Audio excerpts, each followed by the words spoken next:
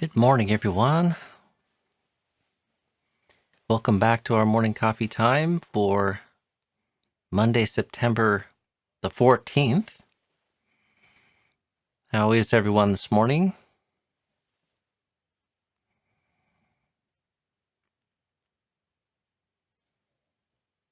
I see the sign that things are sounding and looking clear, which is more than I can say for most of the west coast of America, and in particular, our area here. We've been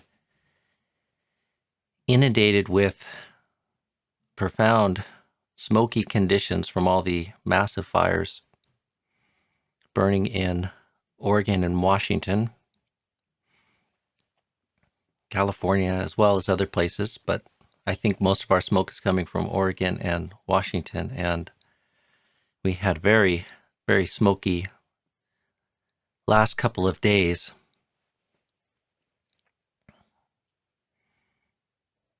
But we're surviving, trying not to create extra suffering out of it and trying to be patient with it. And this too shall pass.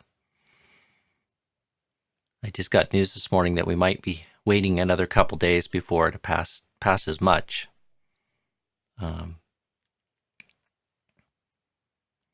But quite an amazing set of conditions.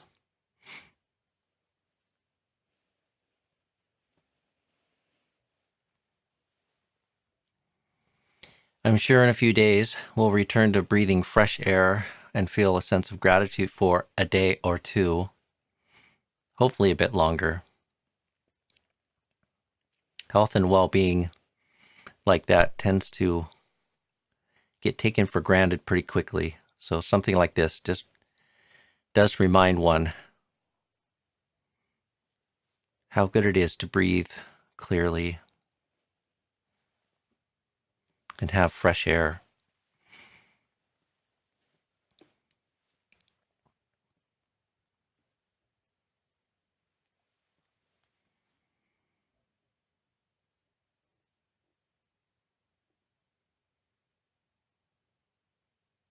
I feel like a great deal of the weekend was just taken up trying to think of how to best adjust to everything.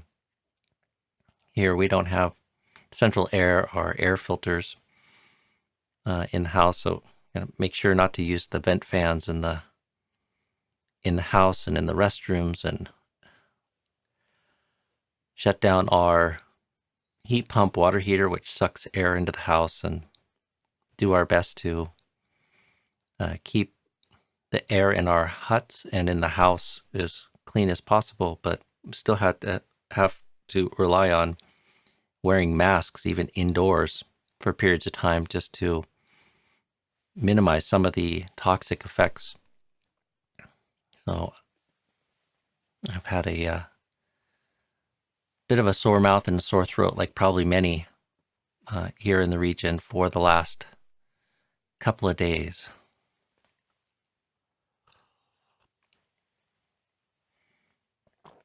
And a bit of stuffiness. So I apologize to those who have been attending the morning chanting sessions. It's been a bit difficult managing my vocal instrument.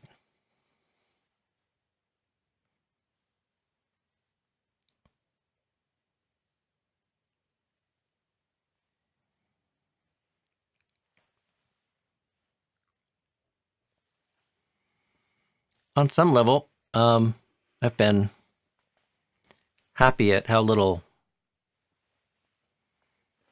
suffering I've created over the last sort of 3 days. Haven't really engaged in a lot of negative storytelling or lamentation for things being the way they are. Even had a surprisingly nice day on Saturday. The group that had scheduled to come out and offer our meal and have some Dhamma conversation wisely decided to stay in Portland, as the conditions out here were almost twice as bad as they were in the Portland area.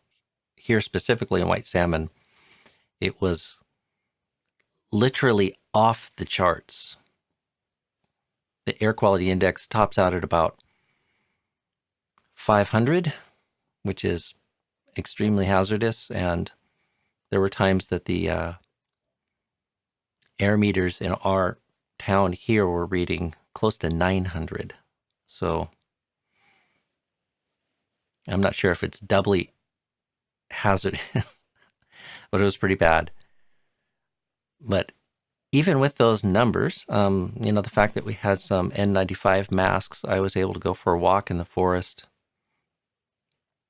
and take in the sight of the smoke, which has its own kind of beauty, and the light creates this incredible warm, diffuse sort of light through the forest. And it was interesting to go for a couple walks in the forest with a full respirator and take some photos and shoot a little bit of video and just notice how the animals and the rest of the environment weathers such things, and feel a sense of gratitude that the wind kind of shut down and our area here immediately wasn't under threat of fire like so many other areas. And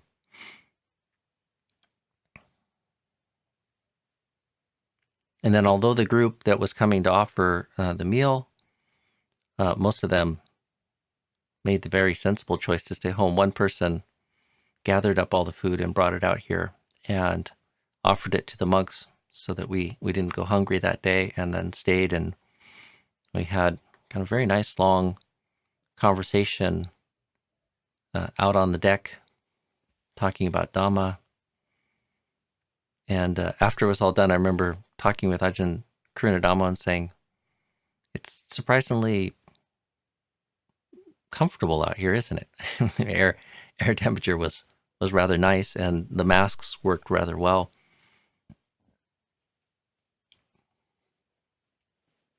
It's strange to feel comfortable or have some sort of positive experience in the midst of what could be rightfully sort of seen as quite a ecological disaster.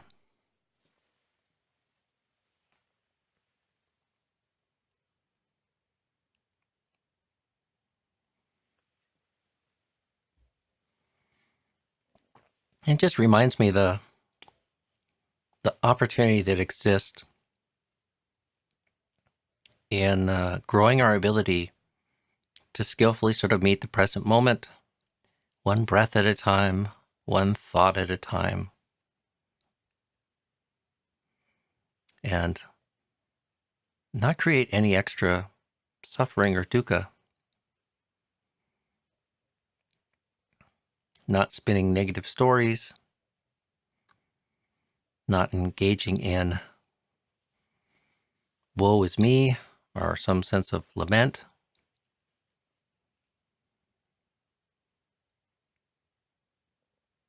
Not thinking that it should be otherwise.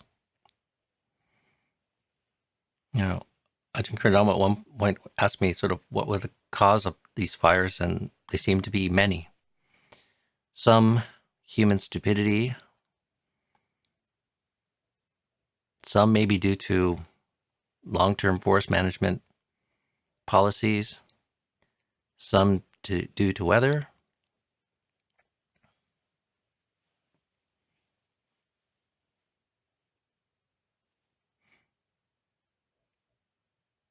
but the reality is, whatever the causes are, this is the way it is.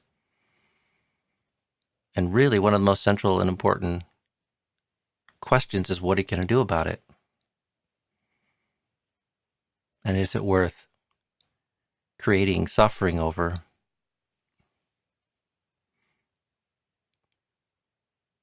Or is it something that we can be patient with, we can bear, and we can learn how to sort of meet these conditions with skillfulness. Life always could be a lot worse.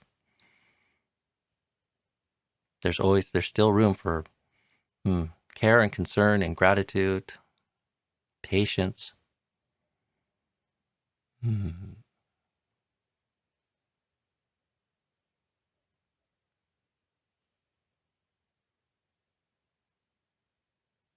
just taking life one breath at a time.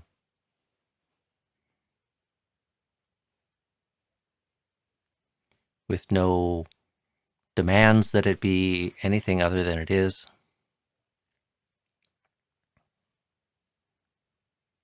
And checking the desire mind that starts longing for change or trying to even generate some wish or hope that it's, I was hoping for a little bit over the weekend that some of the forecasts that the smoke might start abating by Sunday night would come true. And I thought, well, if that's so, that would be good. But when I read the news this morning that we might be not have any real profound relief until Thursday this week, I thought, well, that's fine too.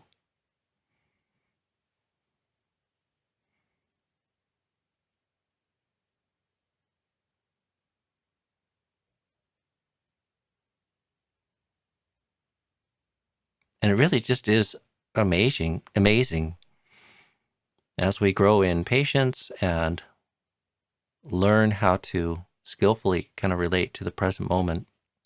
What an incredible refuge. Just dwelling in the present moment, taking life one step at a time, one breath at a time, seeing feelings as feelings, thoughts as thoughts, perceptions as perceptions.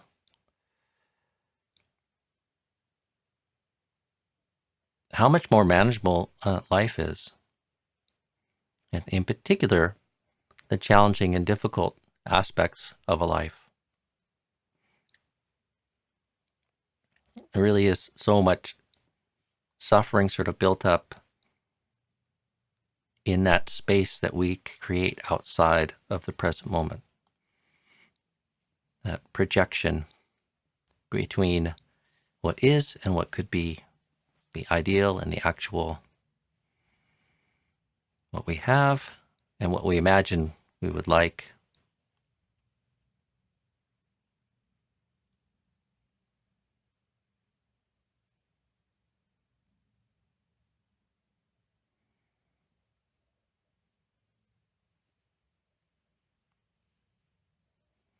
And even in the midst of tragedy, there is some beauty and humanity.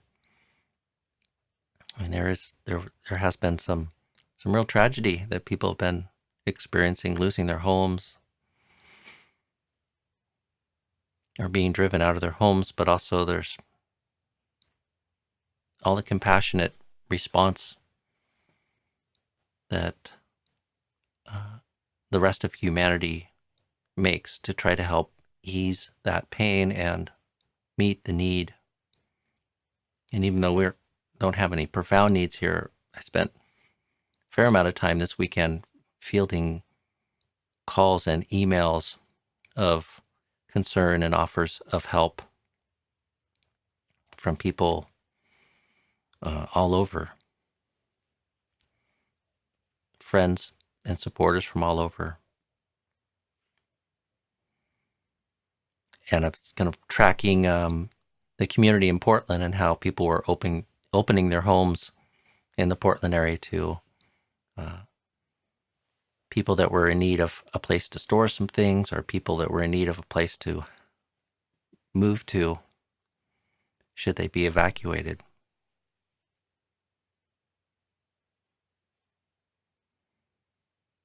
Looking at most of the names here, I think most of you are in a somewhat similar situation still, facing smoke, or maybe even some of you live closer to the fires than we do.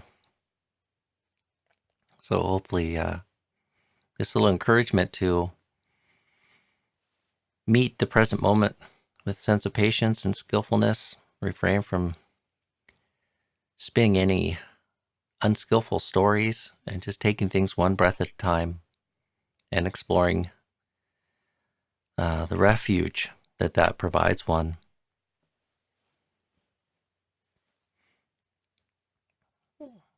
Hopefully that's a good reminder to us all.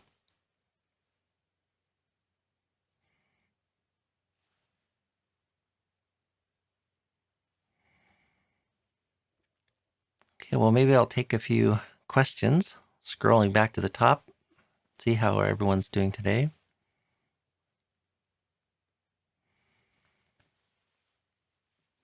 Eleanor gets the first question in once again. Can you pray to Buddha? How does prayer work in Buddhism? I feel that praying helps us feel less lonely, reassured, etc. But at the same time, if it works, why not do it? For example, smiling helps us feel more happy. So I try to smile more. Not sure if this is a good comparison, though.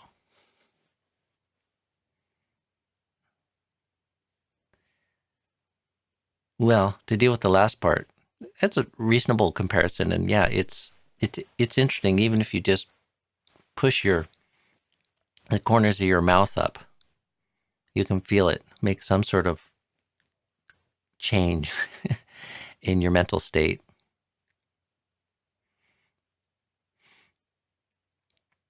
Ajahn Sona is sometimes fond of saying, "Fake it till you make it." Just go ahead, try to fake being patient. Try to fake being happy. Try to fake feeling loving kindness. And part of what's going on there is you're not faking it. You're actually sort of stimulating and arousing that. Like the memory of smiling, the memory of being happy, the memory of being kind, the memory of feeling patience is remembered, brought to mind, and evoked in one. And then you can skillfully kind of nurture that and deepen that. And sometimes before long, you're feeling it in a very genuine and profound way.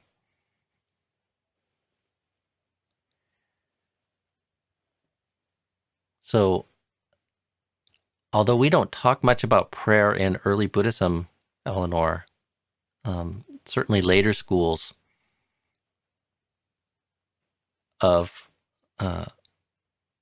Buddhism have forms that I think maybe fit more closely to how a Westerner would understand prayer.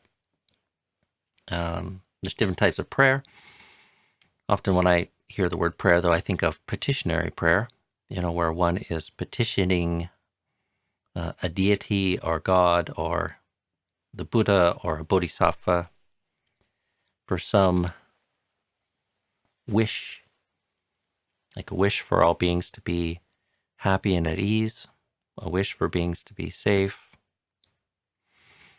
a wish for ourselves or somebody we care for to be released from some particular challenge or form of suffering. So, petitionary prayer. And in some sense, some of the Brahma Viharas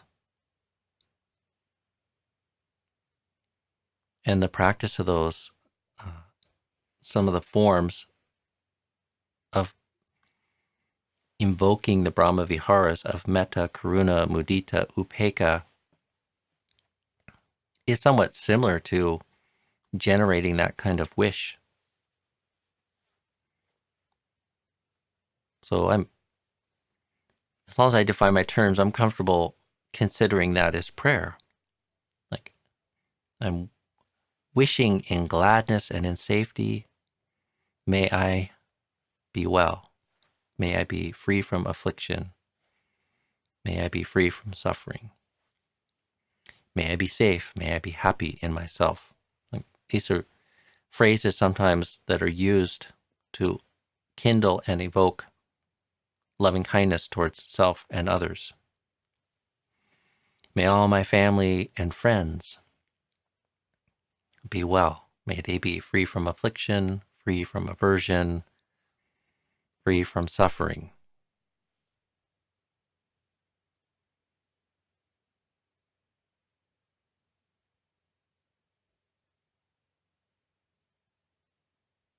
And kind of embedded in the second part of your question about smiling helping, if it works, why not try it? And that sort of fits, relatively well with the conception of right effort. And that's something that Ajahn Chah talked a lot about, was devising your own upaya, or skillful means, like learning over time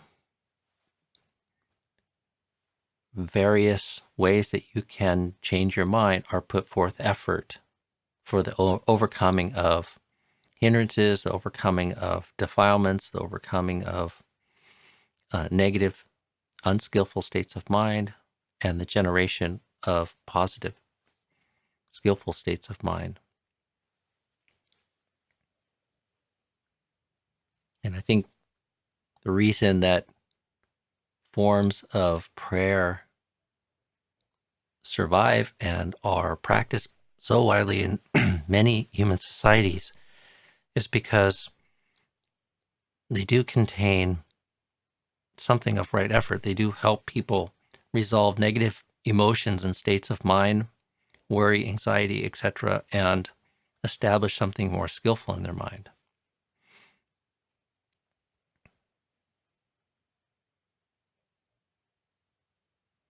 And if you find something that works, the Buddha said,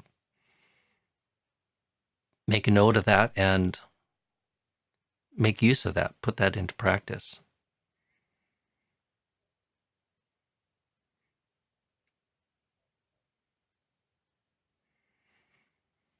Okay, well, I appreciate everyone's comments here.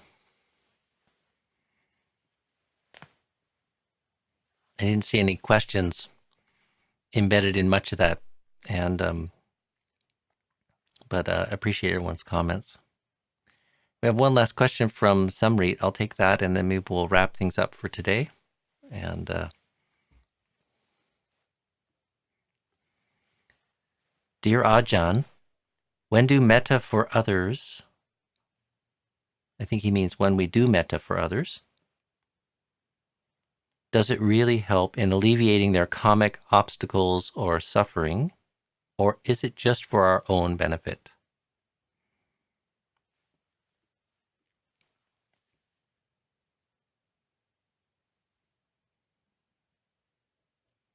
Well, Samrit, we can't really eliminate other people's karmic obstacles. Not even the Buddha can do that. So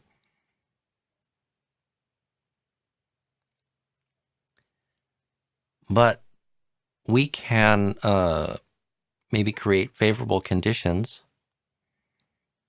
for other people, and I don't have any verifiable proof that it works. But this whole notion of something just being for our own benefit strikes me as a little oversimplistic. There's almost nothing that's only for our own benefit. And it's part of the nature of being. So if I can alleviate a little bit of my suffering, and if I can generate thoughts of goodwill and kindness for other beings, it has an effect on other beings. Whether it's received or that it touches the object of that wish of well-being, that wish of kindness, that wish for somebody to have their suffering alleviated, It's not discernible, at least not by me. But I have no doubt that just by establishing those kinds of mind states, other beings do benefit in some way.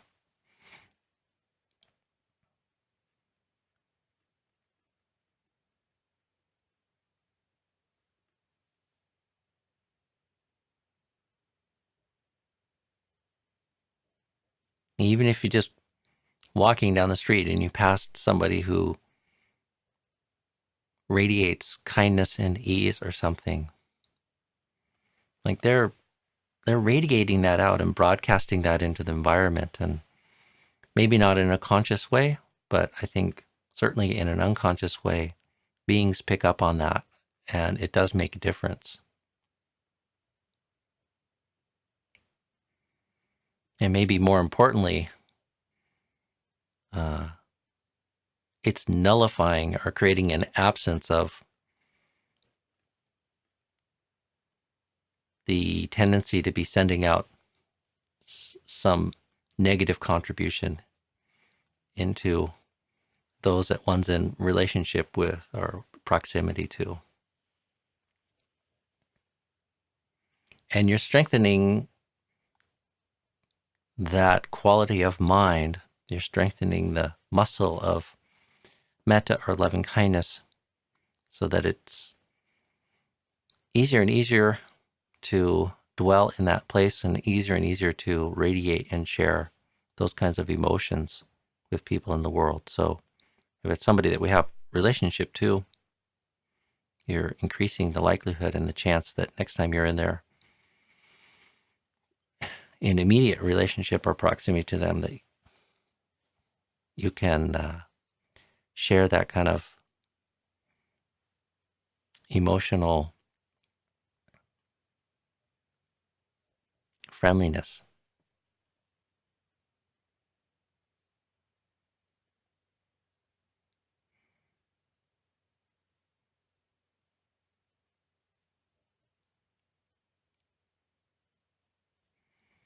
Okay, well, I'm going to leave it there. Sharada, I see your question, but maybe you can bring that back another day.